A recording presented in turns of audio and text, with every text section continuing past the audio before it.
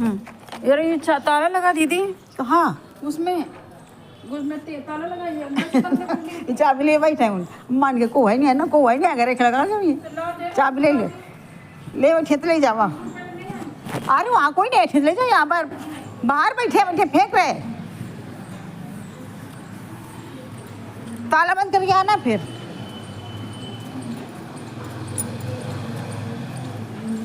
सुनाओ ए चाबी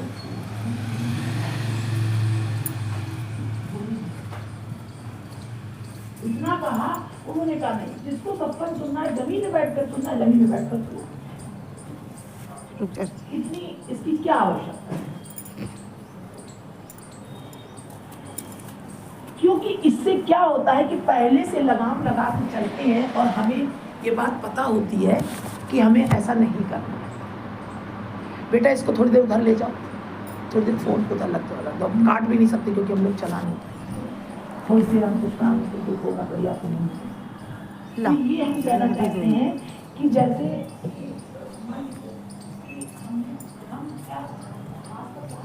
अंदर काले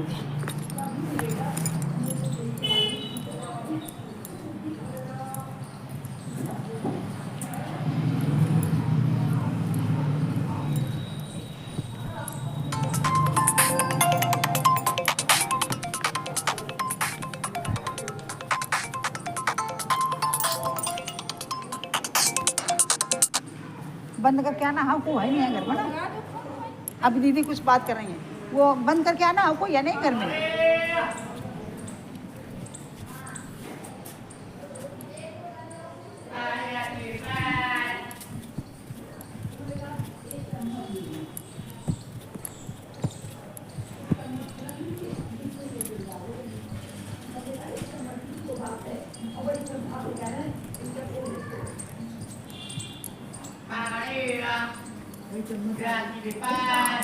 सोना भी थे रखो रिकॉर्डिंग हो रही है दीदी कल तो करा सुनीता की रिकॉर्डिंग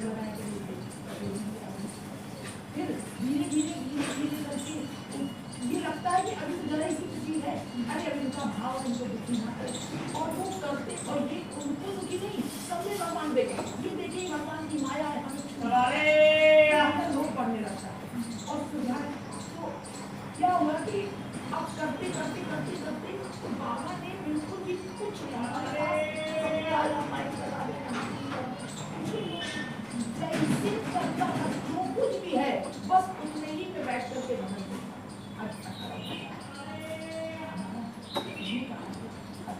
देखिए पहले जो डर के मारे वो जानते थे कि दीदी कुछ स्वीकार करेंगे नहीं डर के मारे जब वो तिरपाल लाए थे तो वो दवा लेके आए और ये बात उन्होंने कहा कि हम मैं डर के मारे नहीं लाया नया भी खरीद के ला सकता था यहाँ लगाने के लिए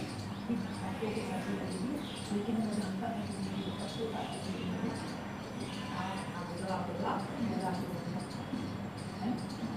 उसके बाद जब उन्होंने देखा कि स्वीकार हो गया फिर हम लोग के लिए क्या आ गया उनका इसलिए नहीं लाए आप लोग ना कब से कर कुछ भी करिए लेकिन आया तो इसकी गंध फिर हम लोग ये भी खा कर फिर वो देखो सम्मत का चोरी आ गई कि आप लोग असुविधा है इसे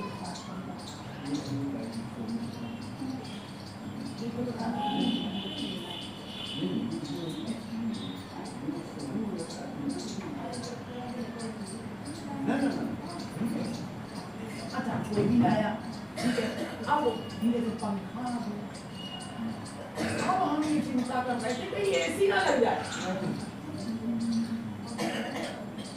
और आज जो भजन हो रहे हैं भैया वो एसी और कूलर और इन्हीं में बैठ करके बड़े बड़े गद्दों में बैठ कर सनातन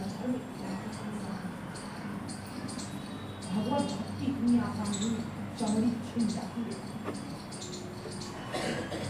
शिव की काट काट के दे रहे हैं मान राजा शिव मांस करता है अगर में जब अनुभूति करता नहीं है तो आपके अंदर कितने कष्ट मिल रहे जगत से भयंकर पीड़ा में है उन्हीं पीड़ा में भगवान की नित्य लीला को देख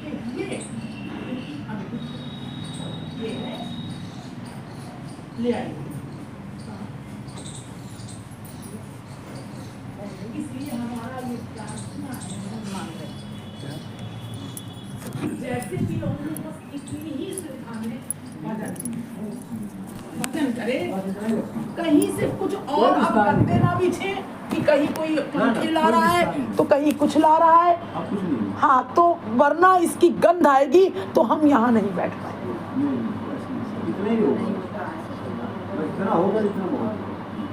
क्योंकि हम तो उस मार्ग के राही हैं भैया कि बिल्कुल मिट्टी और धूल में बैठ करके भगवान का भजन करो। कोई भी आवरण नहीं होना चाहिए, कोई जैसे बिल्कुल बिल्कुल एकदम सरलता से जो है बस वही। क्योंकि भैया ये माया पता नहीं चलती, धीरे धीरे धीरे धीरे आज जो आश्रमों का स्वरूप बिगड़ गया,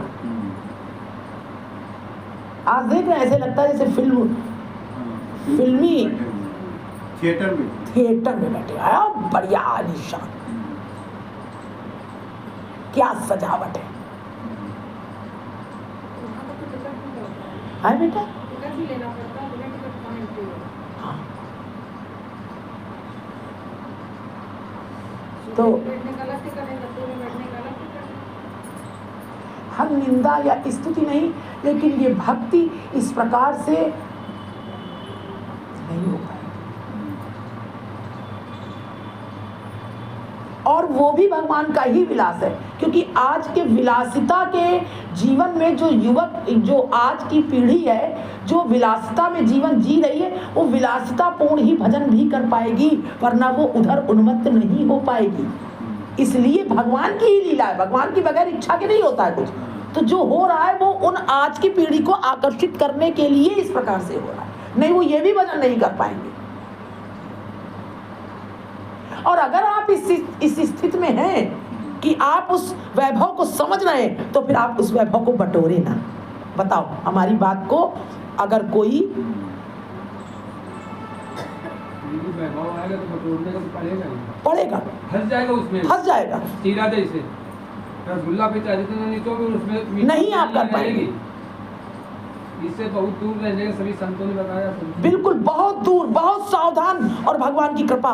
भोजन के लिए भी बहुत सावधानी, बहुत सावधानी भोजन के लिए। अच्छे भोजन बहुत चीज नहीं करना, एक ही करना है।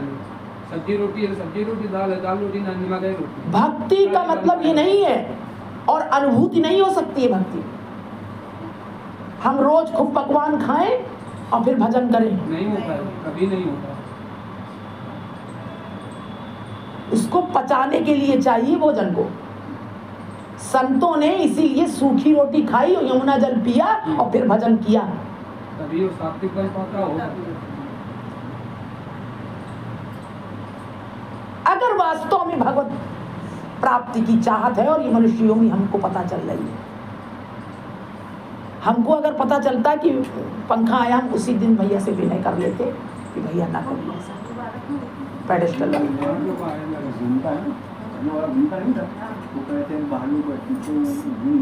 देखिए ये भाव सात्विक हैं, सब हैं, उनके भाव को हम प्रणाम करते हैं, भैया के भाव को। ऐसे ही तो फंसते हैं हम सब माया में। हम गए प्रसाद बाबा की जीवनी चलाना चाहते थे, तब समझ में आएगा, और ये वृत्ति हमारे अंदर, तब उनको भक्ति प्राप्त हुई। राजा शिव अपना मांस काट काट के दे रहे हैं, तो जिन भक्तों के अंदर, जिन साधकों के जीवन में, उनके घर में, उनके जीवन में, उनके परिजनों से उन्हें कष्ट नहीं मिलेगा, तब तक भक्ति नहीं होगी। ये भगवान की कृपा है, मिलना जरूरी है, उन जीवों से कष्ट मिलना जरूरी है।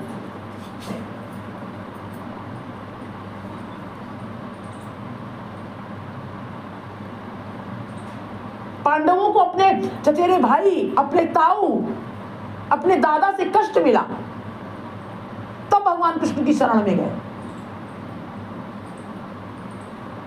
हमारे सारे संबंध हमारे मुताबिक हो जाएं, हमारे सब कुछ, हमारा सब बढ़िया चलता रहे? नहीं। अनुभव नहीं हो सकता जब तक जीवन में संकट नहीं आएंगे। बार बार हम बता रहे, और हर्म नहीं, भक्तमाल उठा के देख लीजिए पूरी। अब बताइए आप कि हे प्रभु मुझे आप विपत्ति दीजिए, क्योंकि विपत्ति में आप याद आते हैं। तो जिन जीवों को यहाँ पर बड़ी बड़ी विपत्तियां घोर मिल रही हैं और उसके साथ कृष्ण है, भजन हो रहा है, समझिए बड़े भाग्यशाली हैं। बड़ी बड़ी विपत्तियों का सामना करते जा रहे हैं और भगवान कृष्ण का सानिध्य है उनको। भगवान कृष्ण छूटे नहीं है उनसे। ये उनकी अति कृपा है। इसी में देखना है खूब कोड़े खाने हैं, खूब गाली सहनी है, हर चीज का अभाव सहना है, सब कुछ मिलेगा नहीं आपको। भगवान इसीलिए अपने भक्त की सारी इच्छाएं पूरी नहीं करते हैं। पूरी कर देंगे तो भगवान को भूल जाएगा। इसलिए सारी कामनाएं पूरी होकर के, वैभव में रह करके भगवान से वो प्रीति नहीं हो सकती। वो टीस उनके लिए नहीं उठ सकती जीव के अंदर, जब तक जगत में उसको अभाव नहीं मिलेगा। गद्दे बिछाकर चारों ओर, मसनद लगा करके और खूब शरीर को सजा करके कभी भगवत प्राप्ति नहीं हो सकती। और तोंद फुला करके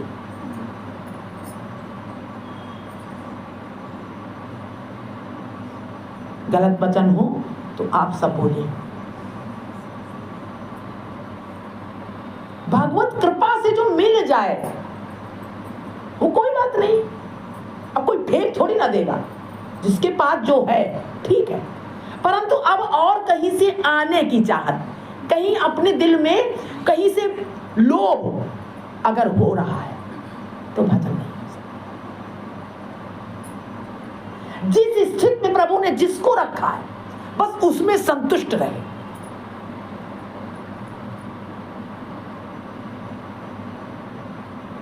लाभ, पूजा और क्या बताया था, प्रतिष्ठा।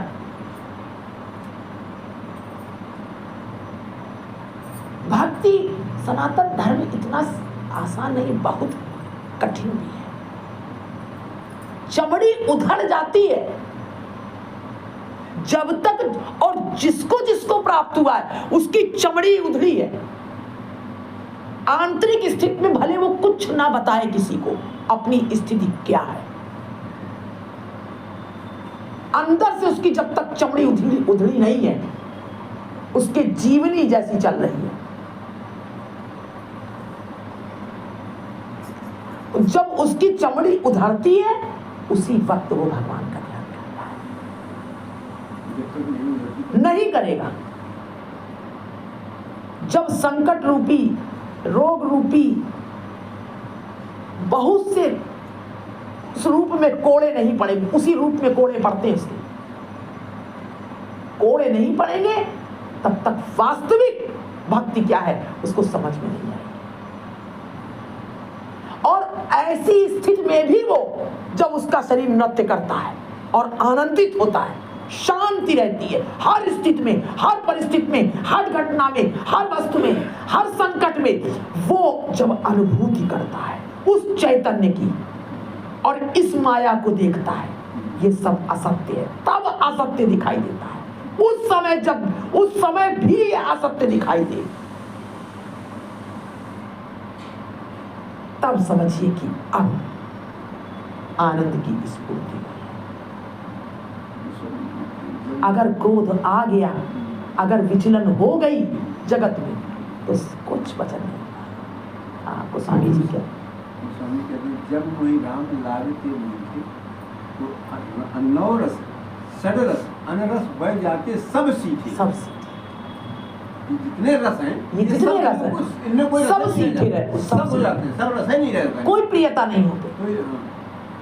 खूब तुमको चारों ओर से खूब जगत में बड़ा अपमान हो रहा है आपका, बड़े आप निकृष्ट दिख रहे हैं, बड़े लोग आपकी तरफ कोई उठा के नजर नहीं देखना चाहता, घर परिवार के लोग सब टेढ़े मेढ़े चल रहे हैं, कोई सीधा नहीं चलता, किसी के कार्य सही नहीं होते, कोई अपनी जिम्मेदारियां नहीं करता, कहीं वो जीव जिस कार्य के लिए करता वही सफलता नहीं मिलती उसको। ये मन का विलास है ना, सफलता और असफलता है क्या? ये हमने सोचा ना कि ये ऐसा हो जाए और नहीं हुआ।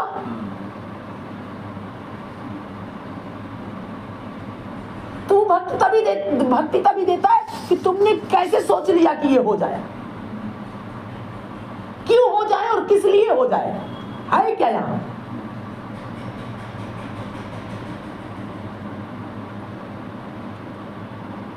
सत्य का अभाव नहीं है और असत का भाव नहीं है। मतलब हो जाना भी जीरो में गुणा है और ना हो जाना तो है ही।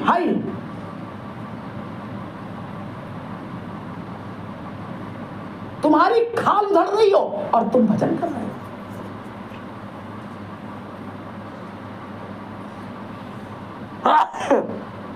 तभी लोग भक्तों को देख कहते हैं उनकी तबीयत तो ठीक है, बिल्कुल वो तो भजन कर रहे थे, बिल्कुल स्थिति सही है, वो तो भजन कर रहे थे, खूब नृत्य कर रहे थे, गायन कर रहे थे, कुछ नहीं है उनको,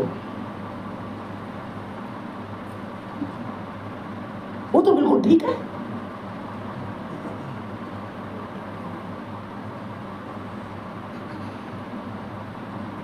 वो चैतन्य आनंद है, वो चैतन्य तत्व है। तब भैया अनुभूति होती है उस चैतन्य तत्व की, जो इस पार्थिव इस जड़ जगत में वो दिखने लगता है। कितना ये उद्दंडता करती है ये प्रकृति, लेकिन क्योंकि भगवान की माया है, वो भगवान भगवत स्वरूपणी है, उसको प्रणाम करना चाहिए, उसी में मस्त रहना चाहिए, उसको अंगीकार करना चाहिए, उसको प्रेम करना चाहिए, उसको रोना नहीं चाहिए, उससे गाली नहीं देना चाहिए उसको। एक संत ने पूछा दीदी महाराज जी से कि भाई माया इतना परेशान कर दी, तो माया को लोग नष्ट क्यों नहीं कर दिए? इन लोगों ने सबके लिए तो आसानी हो जाती। हाँ। तो लोगों ने कहा माया को कोई नष्ट नहीं कर सकता, ये इनकी शक्ति है, तो भगवान की शक्ति को कैसे नष्ट कर सकता? तो वो कभी इतने संत आए, इतने सब बड़े महाजन आए, किसी ने माया को नष्ट क्यों नहीं कर? भगवान कृष्ण का हृदय श्री राधा रानी, भगवान कृष्ण की शक्ति दुर्गा जी, भगवान कृष्ण की बुद्धि सरस्वती, भगवान कृष्ण तो निर्लेप बैठे, उनकी शक्तियां सब कार्य कर रही हैं। जगन्नाथपुरी में भगवान कृष्ण का जब विग्रह संवरण हो रहा था भैया प्रभास क्षेत्र में, तब भगवान कृष्ण के शरीर को जब संस्कार किया जा रहा था, तो भगवान का जो चैतन्य स्वरूप है, हृदय, वो नहीं चल रहा था, वो जल नहीं रहा था। वही चैतन्य जगन्नाथ जी के अंदर डाला गया, वही जगन्नाथ जी हैं जो चैतन्य हैं। हाँ, वही हृदय भगवान कृष्ण का, वो जब विग्रह जब कलेवर बदला जाता है, वही लेकर के और दूसरे विग्रह में डाला जाता है जगन्नाथपुरी में, दार विग्रह, वही भगवान कृष्ण का कलेवर है आज भी जो है जगन्नाथ जी का। पूरे आसान नहीं है, पूरे जगन्नाथपुरी में ब्लैकआउट हो जाता है उस समय, और वो गोस्वामी जो बदलते हृदय उस कलेवर से लेकर के दूसरे में डालते हैं, आंख में उनके पट्टी बांधी जाती है और कपड़ा लेकर के, और वो बाकायदे हृदय भगवान का निकाल कर दूसरे कलेवर में डालते हैं जगन्नाथ जी में, और वो भी नहीं देखते हैं। और यहां तक सुना है कि वो फिर शरीर रहता नहीं उनका, हाँ, वो खत्म हो जाते हैं, जो भी हमने सुना है बताते हैं कि वो खत्म हो जाते हैं। 12 वर्ष के लिए नियुक्त किया, उन्हें पता होता है, तो सेवा करते गोस्वामी लोग 12 साल बाद फिर नए सिरे से। उनको स्वामियों की भी एक पारिवारिक परंपरा, हाँ पूरी उनकी, परिवार से हाँ उन्हीं की परंपरा, दूसरे परिवार से नहीं आएगा, उन्हीं की परंपरा, हैं? हाँ उन्हीं की परंपरा, वही चलते चले आ रहे हैं अभी तक।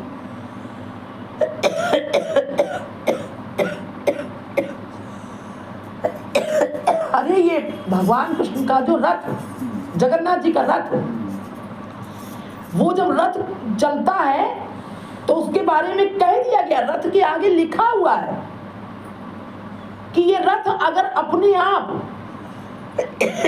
कहीं भी मुड़ जाए, किधर किसी दिशा में चलते चलते किसी दिशा में मुड़ जाए और किसी भी बिल्डिंग या किसी को भी क्षति पहुंचे तो कोई इस पर कोई कुछ नहीं कर सकता, इसका निषेध न करें। नहीं बिल्कुल नहीं हो सकता, कानून वैधानिक है ये। जगन्नाथ जी का रथ अगर चलते चलते कहीं भी और कोई बिल्डिंग टूट जाए, कुछ हो जाए, झंडे का भी तो है देखो। हाँ झंडा देखो विपरीत दिशा में, प्रत्यक्ष प्रमाण है, झंडा दूसरी दिशा में उड़ता है, समुद्र की हवा जिधर आती है उसके विपरीत। तो कोई पक्षी भी नहीं बैठता, कोई नहीं बैठता, कोई पक्षी भी नहीं बैठता। ये तो हमने 2 दिन रह के हमने खुद देखा है, रुक के। बिल्कुल प्रत्यक्ष है। तो भगवान कृष्ण का वो चैतन्य है, तभी तो महाप्रभु चैतन्य है। पूरे कहाँ शरीर उनका संवरण हुआ, चढ़ने के लिए भी कोई सीढ़ी का वो उसी से चढ़ते सब, हाँ झंडा बदलते हैं झंडा बदलता है, और कोई दिक्कत कभी किसी को नहीं हुई क्षति, किसी को और कहाँ गगनचुंबी। हाँ, कितना ऊंचाई पर।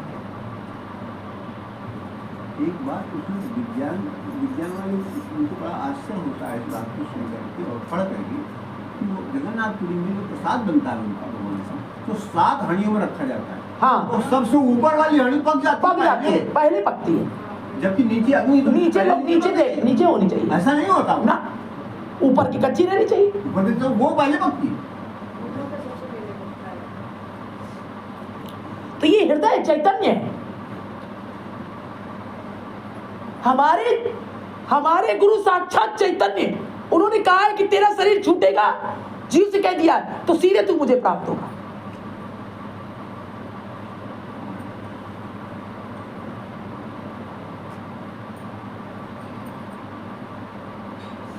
कह दिया गीता में ही यथा माम प्रपद्यन्ते दास तथैव जाने, क्यों कह दिया?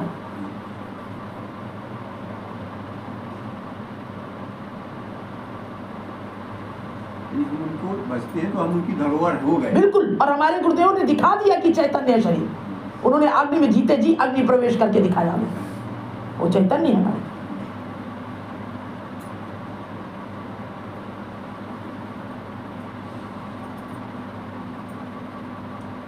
और हर एक जीव के गुरु चैतन्य, वही चैतन्य जगन्नाथ जी में वो जो चैतन्य तत्व है, वही श्री राधा। 6 बार श्री राधा राधा बोल करके वो विक्रय में डाला जाता है, मंत्र पढ़ा जाता है, राधा मंत्र 6 बार राधा मंत्र प्राण। तो ये अध्यात्म के बल पर जैसे हम लोगों क्या है कि गुरु जी ने अग्नि में प्रवेश करके दिखाया,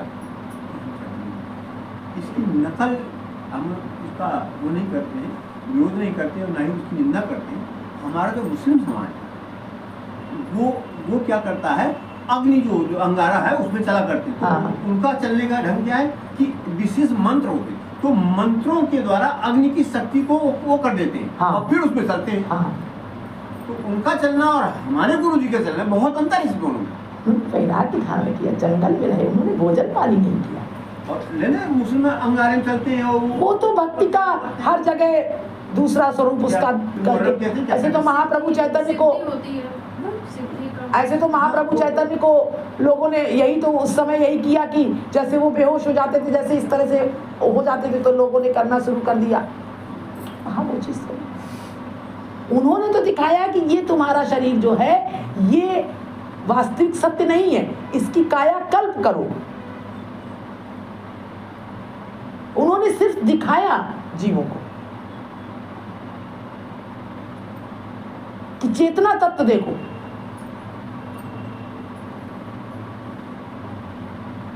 इस शरीर से मोह मत करो।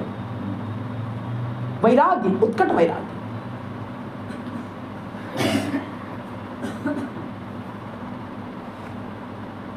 तो चैतन्य है, तत्व चैतन्य।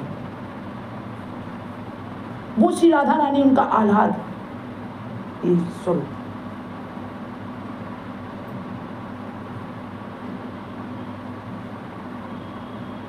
इसलिए भक्ति जो है भैया बहुत, जब तक हृदय में आपके अनुभूति ना, और हर क्षण लीला आपको दिखे ना। महाप्रभु की लीला ऐसा नहीं कि उस समय हुई, उन्होंने कहा नित्य लीला है ये और नित्य परिकर है। जब तक आपको सब में अपनी आंखों से दिखने ना लग जाए, अरे ऐसा, अरे ऐसा, अरे ऐसा, ये वही लीला परिकरों में से है सब। आज हमारी भाई साहब की यही चर्चा होती, कहते भाई साहब कि बेटा अगर ये सोचा जाए इतने कष्ट, इतना संकट, ये भजन नहीं हो पा रहा तो अशांति होगी। शांति उसी में है, जैसी स्थिति है उसी में आनंदित। यही तो उनको दिखाना है, यही उनको जीव को बताना है। स्थितियों में तो डामाडोल हो जाता है, शरीर पाता है और शरीर के साथ जो भी स्थिति होती है उस तत्व को भूल जाता है।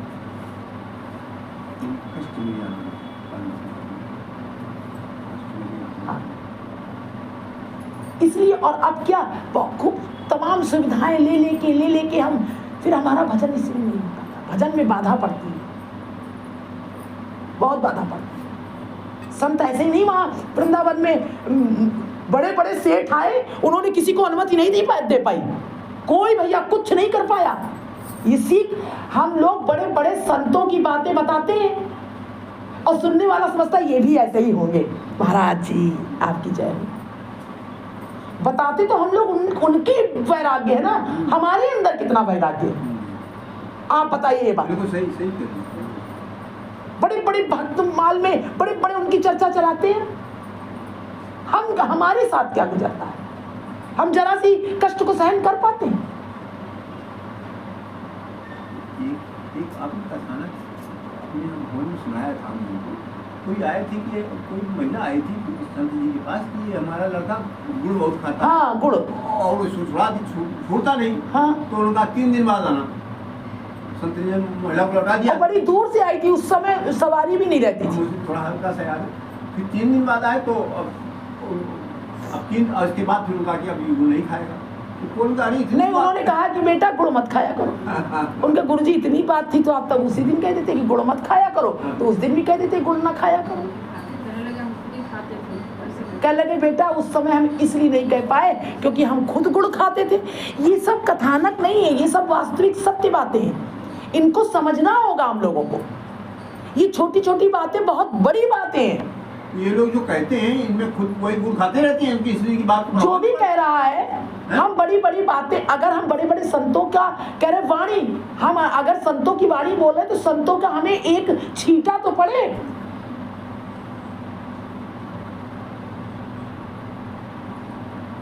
एक छींटा उनका, एक जरा सा भी कष्ट हो जाता है तो हम विचलित हो जाते हैं।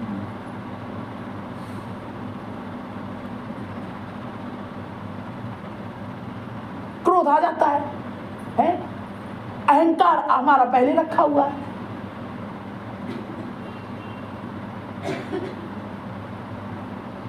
पाने की इच्छा भरी पड़ी है, सुख की चाहत भरी पड़ी है। लेकिन दीदी विश्व में तो वैसे ही खत्म हो जानी चाहिए चाहत। तुम समझ नहीं रही भी हम किसकी बात कर रहे हैं, बड़ी सूक्ष्म बात कर रहे हैं। वो चाहते तो खत्म हो, तो चाहत के अपने आप शरीर लेता ही नहीं है। ज्यादा खाओगी तो लैट्रिन आने लगेगी, वो शरीर है नहीं हजम करेगा। आप हैं ज्यादा एसी में रहोगी तो शरीर ही नहीं लेगा, फेंक देगा उठा के, डॉक्टर कहेंगे बगैर एसी के रहो।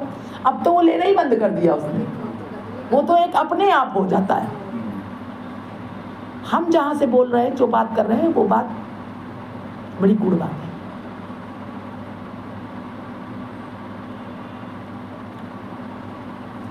इसलिए बेटा बहुत अपने जीवन में बहुत भगवान की बस दया मांगनी चाहिए, कृपा।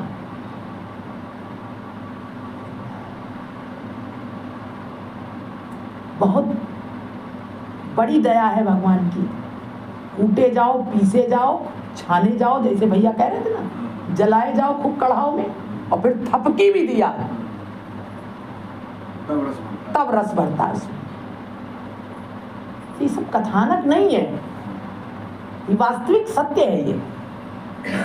और जलेबी की तरह से खूब नचाए जाओ, और चाशनी क्या प्रेम रस में। तब हमने कहा ना वो रोता भी है खूब, अब मांस काटा जा रहा है उसका, खूब व्यवहारों से खूब उसको जूते पड़ रहे हैं जगत में, कोई अस्तित्व नहीं है तुम्हारा, उसके बीच भी तुम मस्त हो, तुम्हारा कृष्ण तुम्हारे साथ नाच रहा है। जैसे भैया ने कहा ना, विपिन भैया ने, कि कढ़ाई में तेल है और जलेबी उसमें नाच रही है तर तर तर तर। उसके बाद क्या हुआ, फिर उधर मीठा रस तैयार है, उसमें डाली गई तो फिर दबाई गई। बड़ा सुंदर बता है, अपने जीवन का बहुत अच्छा उदाहरण है, बहुत अच्छा अपने जीवन का। लेकिन हमारे जीवन में ऐसा हो तब है, बस हम तब है। बातें बस सुन गए। कथानक से कुछ नहीं होगा। हमने बड़ी अच्छी चर्चा सुन ली, आपको कोई समझ ना पाए कि आज आपको कष्ट क्या है, क्योंकि वो आपको दिखे और आप मुस्कुराए उसी शांति, क्योंकि वो वास्तव में कुछ है नहीं, वही माया है जिसमें विचलन पैदा हो रही है, जिसमें मन का दिखाई दे रहा है, अरे ऐसा क्यों नहीं हो रहा, अरे ऐसा, वही माया है।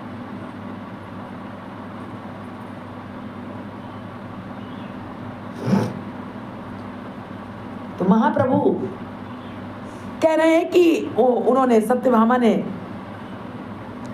क्या किया था, उन्होंने हाँ नारद जी को सौंप दिया। श्री अद्वैत के घर में कहते, पन्ना पलट गया क्या,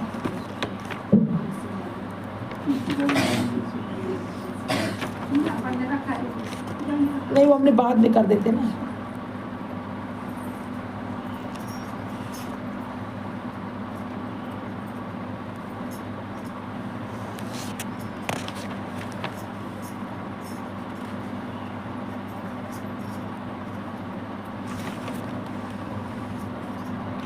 देखिए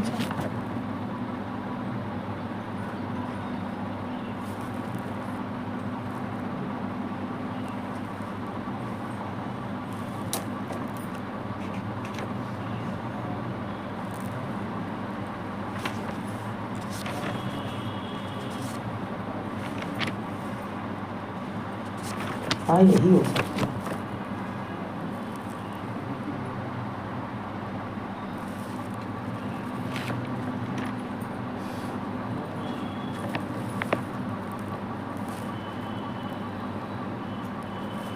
पानी कहाँ चला गया?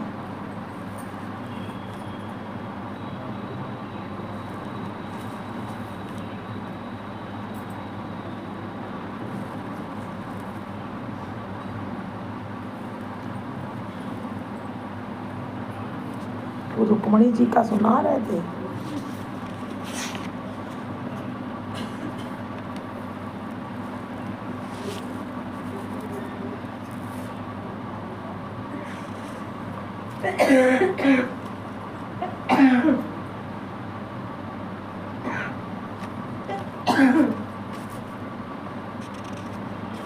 ये दान, ये सत्यभामा।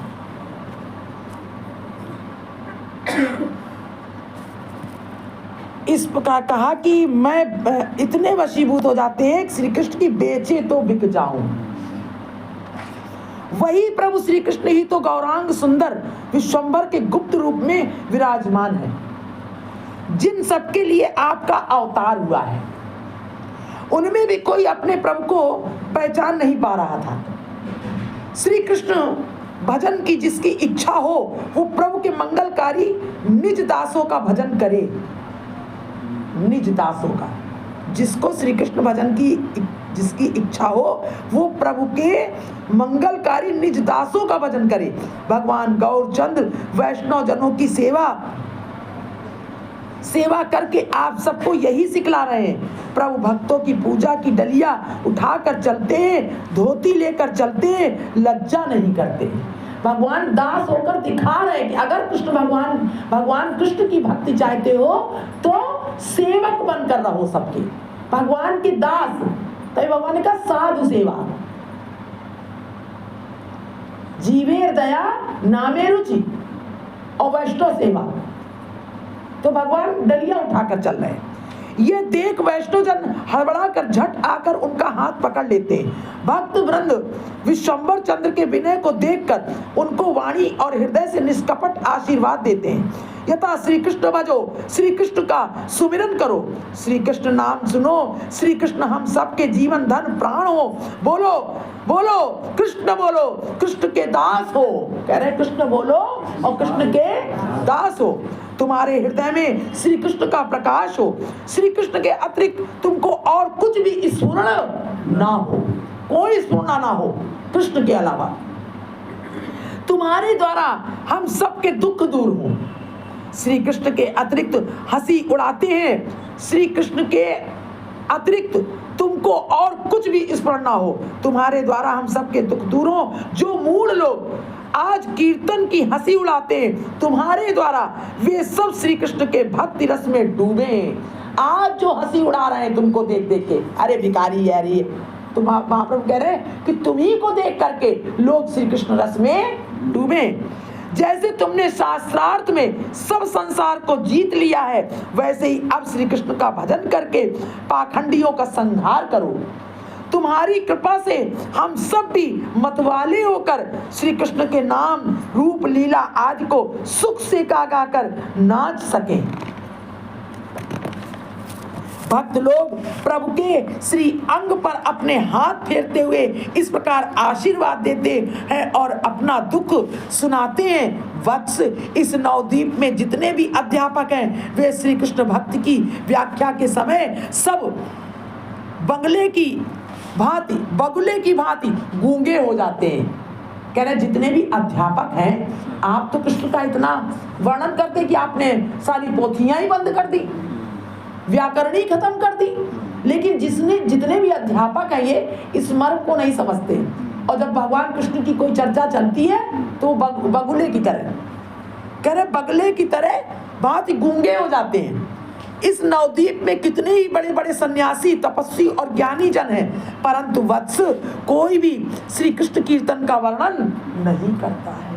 कोई वर्णन नहीं करता है कि कृष्ण कीर्तन करो। गुण तो कहते नहीं, उल्टा उसकी निंदा ही सदा किया करते हैं। गुण कहने की तो बात अलग है, प्रभाव महत्व तो कहने की बात अलग है, निंदा करते हैं। पापी श्रोता भी सारे उनके स्वर में स्वर मिलाते, पापी श्रोता सब उनके स्वर में स्वर मिलाते। और हम सबको तो कोई कितने के बराबर भी नहीं समझता, कोई तिनके के बराबर भी नहीं समझता। इस संताप से बस हम सब के शरीर जल रहे हैं। हाय, कहीं भी श्री कृष्ण कीर्तन की चर्चा नहीं सुन पाते, कहीं भी हम नहीं सुन पाते, परंतु अब श्री कृष्ण हम सब पर प्रसन्न हुए हैं, जो तुमको इस पथ में प्रवेश कराया है, इस मार्ग में तुम्हें लाए हैं। हम अपने मन में यह निश्चय समझ गए हैं कि तुम्हारे द्वारा पाखंडियों का अवश्य नाश होगा। तुम कृष्ण नाम कहते हुए चिरंजीवी हो। सब कह रहे हैं तुम कृष्ण नाम लेते हुए खूब चिरंजीवी हो। तुम्हारे द्वारा श्री कृष्ण के गुणगण का प्रकाश होगा। भक्तों के आशीर्वाद को प्रभु सिर धारण करते हैं, आशीर्वाद को सिर धारण करते हैं। भक्तों के आशीर्वाद से ही श्री कृष्ण में भक्ति होती है। प्रभु विश्वंभर ने भक्तों के आशीर्वाद से श्री कृष्ण में भक्ति होती है। प्रभु विश्वंभर ने भक्तों के दुखों को सुनकर अपने को शीघ्र ही प्रकट करने की इच्छा की। प्रभु बोले, आप लोग सब श्री कृष्ण के प्यारे हैं, आप लोग जो कुछ कहते हैं वही निश्चय होगा। मेरे जीवन को धन्य है कि जो आप लोग मेरे लिए ऐसी मंगल कामना करते हैं। आप लोग यदि रक्षा करें तो काल भी नहीं खा सकता। काल भी श्री कृष्ण ही है। लोग काल से क्यों डरते हैं? अरे जब भी प्राण निकलते हैं तो भगवान की गोद में चला जाता है काल। फिर तुच्छ पापी पाखंडियों के दल की क्या गिनती। आप लोग जाकर आनंद से श्री कृष्णचंद्र का कीर्तन करें। श्री कृष्ण कभी भी भक्तों का दुख सह नहीं सकते। भक्तों के लिए ही वे सर्वत्र अवतार लेते हैं, सर्व जगह अवतार लेते हैं, किसी भी रूप में। उन्होंने कहा किसी भी रूप में अवतार ले लेते हैं। इससे प्रतीत होता है कि आप लोग भी श्री कृष्णचंद्र को यहाँ अवतरित करवाएंगे।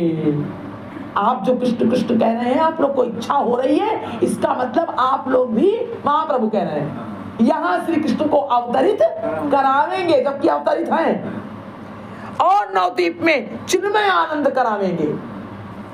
आप सबों के द्वारा जगत का उद्धार हो, आप लोग श्री कृष्ण का अवतार कराएंगे। मुझको आप लोग सभी अपना सेवक जाने।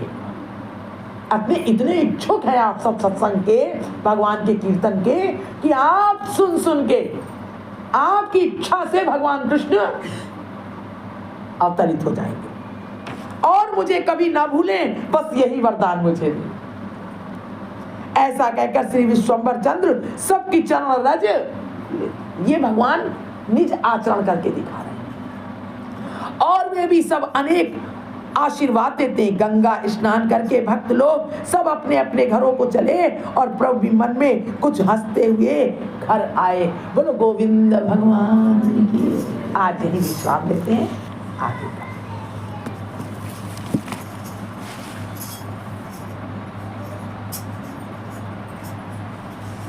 क्या टाइम हो गया? बस आज ही विराम। बोलो गोविंद भगवान की। इसलिए इसमें क्या सुख क्या दुख, बहुत सावधान भगवान से प्रार्थना और बिल्कुल सर्वत वैभव से बहुत दूर रहने।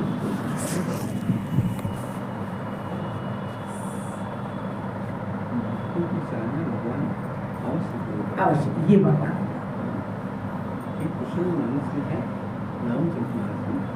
जब भगवान राम जाते हैं वहाँ,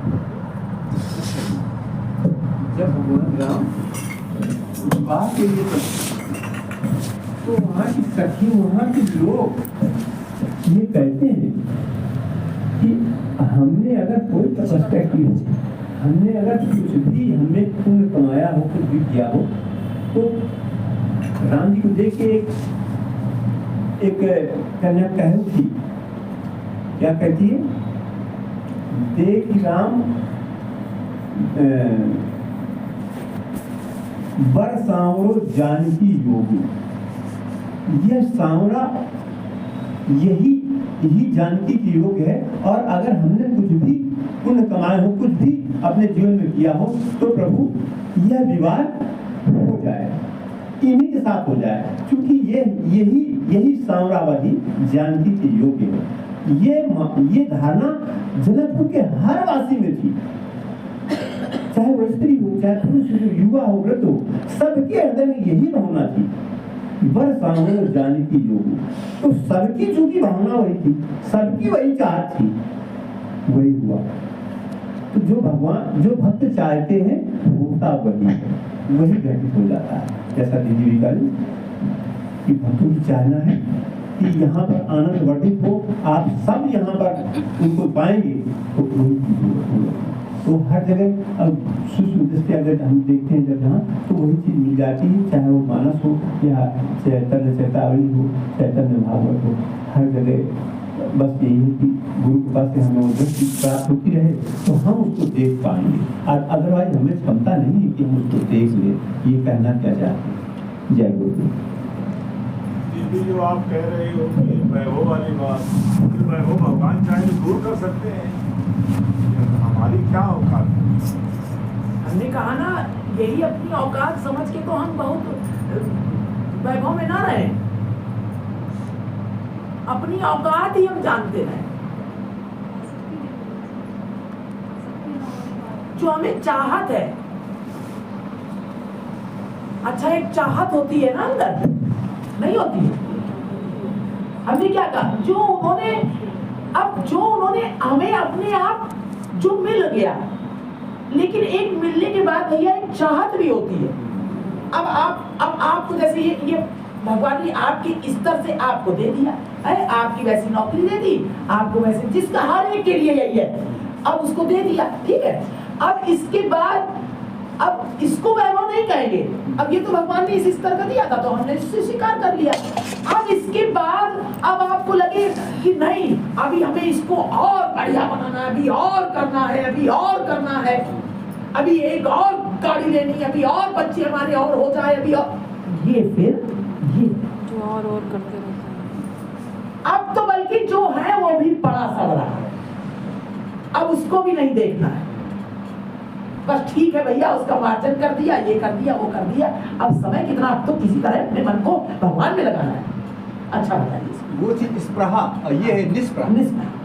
ये है निष्प्रह, बिल्कुल वो स्प्रहा है और ये निष्प्रह हो जाना है।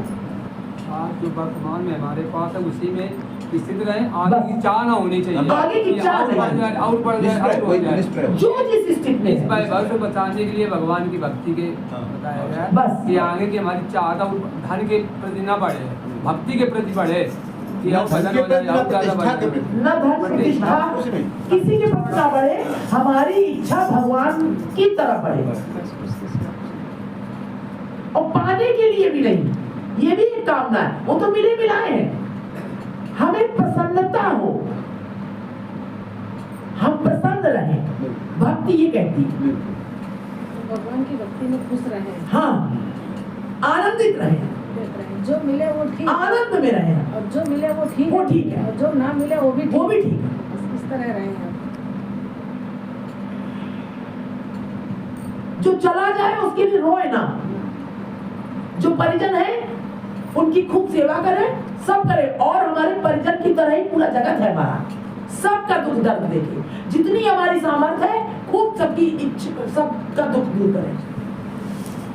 जितना ये शरीर हमें अपने लिए नहीं मिला है, अच्छी तरह समझ लें। अगर इस शरीर में जरा भी हमें अपने लिए कुछ हम पाने लग गए, बस वही समझिए कि ये बस भक्ति नहीं हो सकती है। ये शरीर हमें दूसरों की सेवा के लिए मिला है, चाहे वो घर हो, और घर की परिभाषा हो चाहे बाहर की हो, घर और बाहर सब एक ही घर है हमारा। नीले गगन के तले जितने भी जीव दिखाई, तभी महाप्रभु ने कहा कि यही धर्म है। धर्म की परिभाषा उन्होंने बहुत छोटी सी बता दी महाप्रभु, जीवेर दया, नामेर रुचि और वैष्णव सब आ गया इसी के अंदर।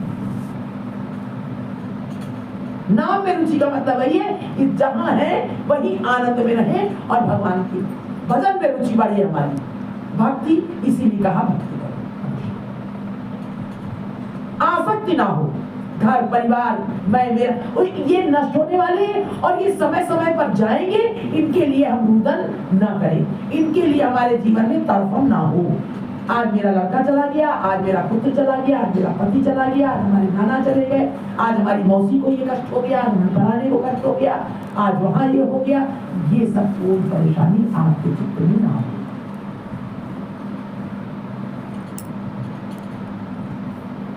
या इससे अपने शरीर को बचा ले, या यहाँ से ऐसे हम थोड़ा सा सुख पा ले, ये ना करे तो इससे हमें थोड़ा मिल जाएगा, या हमको किसी ने ये कष्ट दे दिया उससे हमको ये कष्ट मिल गया, किसी के द्वारा मिला हुआ भी तो हमें लगता है कष्ट है, इसने हमको ये कह दिया, इसने हमको ये बुरा समझ लिया, हम तो नहीं है, वास्तव में हम नहीं है, हमारे साथ इसने अन्याय कर दिया, ये सब माया का स्वरूप, ये सब अशांति देने वाला। अच्छा बताइए, ये अशांति देता है ना, हम किसी के प्रति अगर सोचते हैं इसने हमको ये कहा होगा, तो कितनी बड़ी अशांति लेकर हम जीते हैं। उस व्यक्ति को देखेंगे जितने बार हमें कष्ट होगा, जितने बार ये ऐसा है, ये सब हमारे जीवन में नहीं। कितना बड़ा हमारा रिश्ता, हमारा घर क्यों ना कोई जला दे, अब हम और क्या है, लेकिन हमको किसी के प्रति क्यों कि उसको ये देखो ये जलना था तो जला दिया, किसी ने जलाया भी, कोई यहाँ पर कुछ नहीं करता, सब उसकी इच्छा से। अब ज्वलंत उदाहरण आज 18 साल से देते चले आ रहे बार हरिदास जी का, उनको मारा जा रहा है, उसके बाद भी क्या वो वास्तव में मारने लायक थे? हम लोग यही तो कहते हैं भैया हम ऐसे थे नहीं, इसने हमारे लिए गलत सोचा, ये समझता नहीं, इसलिए हमको इसके ऊपर गुस्सा आती है।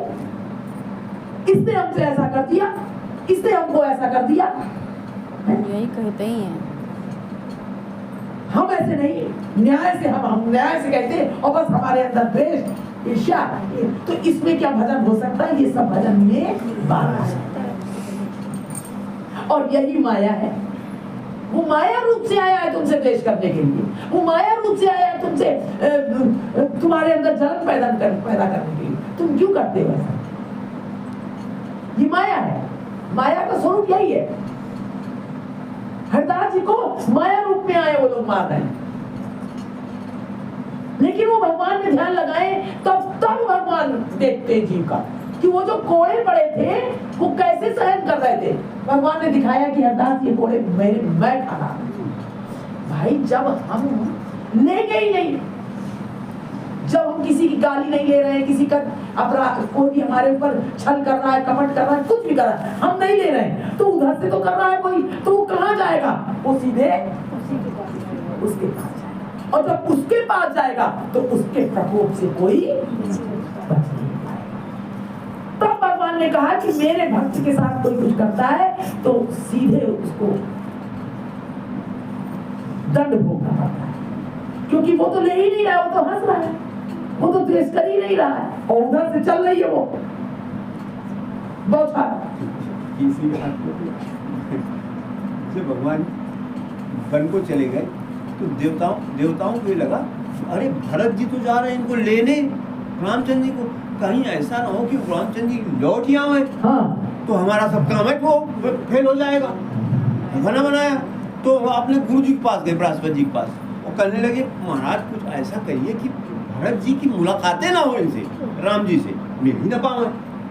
तो और इंद्र भी थे, सारे देवता गए थे, तो इंद्र को समझा रहे गुरु जी, सुन सुरेश रघुवीर सुभाऊ और निज अपराध रिसाय न काऊ, जो अपराध भक्त पर करई राम रोष पावक सोई जरई। अपने अपराध से भगवान कभी गुस्सा नहीं होते, लेकिन अगर कोई भक्त का अपराध करता है तो उस अपराध के कारण राम रोष पावक सोई जरई। तो समझ लीजिए क्या माना? अब ये नहीं सोचना है कि अब हमसे कोई अपराध कर रहा है, अब राम रोष, या हम भक्त हैं और हमसे ही क्रोध करेगा तो इसको जला दिया जाए। तो वो तो जलाने की उसकी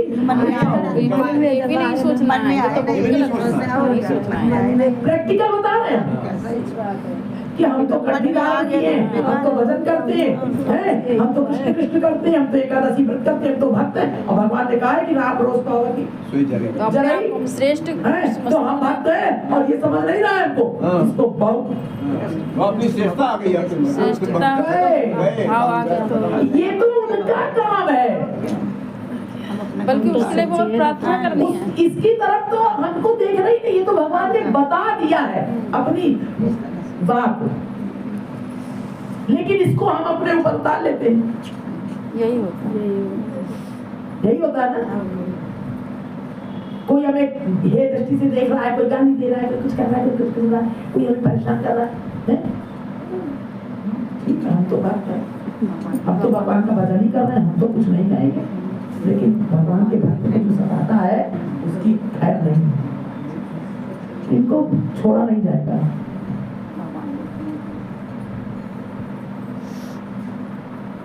नहीं होना चाहिए, वो तो उनका काम है। तुमको कोई सता रहा है तो तुमको क्या सोचना है? अरे भाई ये तो माया है, तुम्हारे लिए ये तो माया है, अरे ये भी तो भगवान का है। अरे हम कैसे, हमको नहीं, ये सब भगवान, अगर वो हमको गाली दे रहा है तो भगवान की, भक्त क्या सोचता है?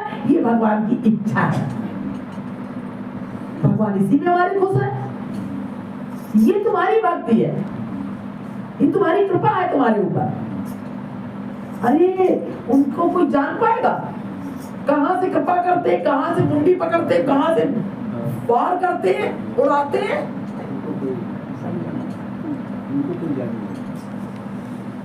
उधर से उसके बाल पकड़ के खींचेंगे हम, उड़ाएंगे, और कहां तुम्हारे ऊपर कृपा हो रही हो, कहां तुम भी उड़ाए जा रहे हो, और माया तुम्हारे पर आ रही कि तुम बड़े श्रेष्ठ हो, श्रेष्ठता का चोला पहना देंगे तुमको। ये माया है इनकी।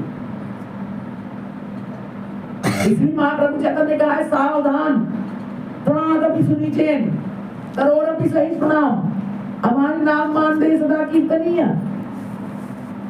सावधान है ना, कभी अपने को भक्त मत समझ लेना है।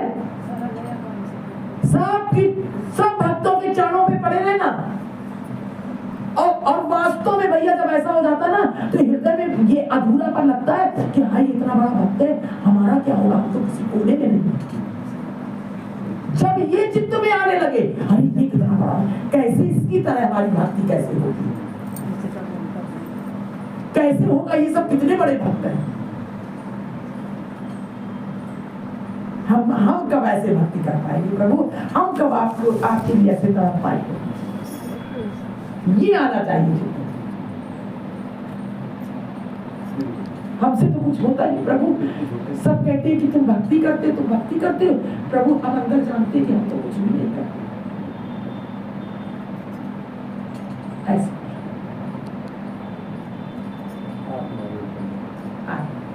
बोलो गोविंद भगवान की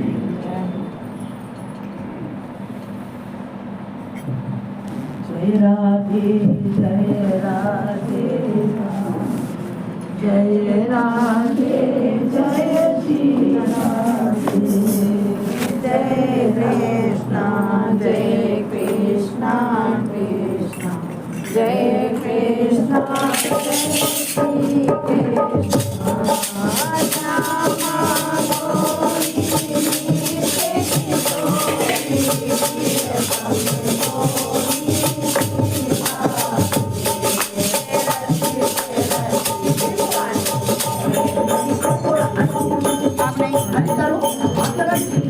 नहीं चालू है दीदी, हो रहा है। हम ये कह रहे हैं चालू तुम झीका बजाती हो ना, इतनी नजदीक की कहाँ, हम ये बताना चाहते हैं। वो वहीं पे पहले बजता ना झीका, साउंड सुनाई देती, सुना करो, फिर उसमें देखा करो क्या क्या कमियां हैं, वो दूर करो। पास ना करो, आज उनका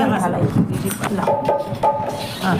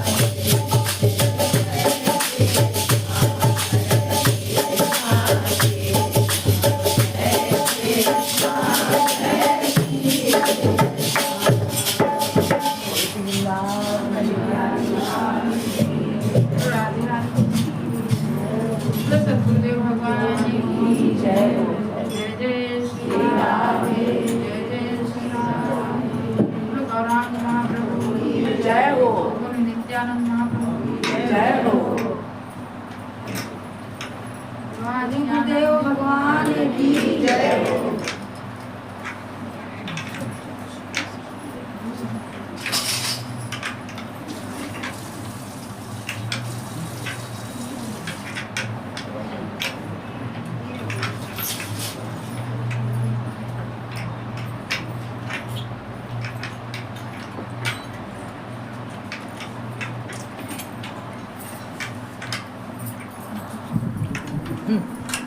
ये लो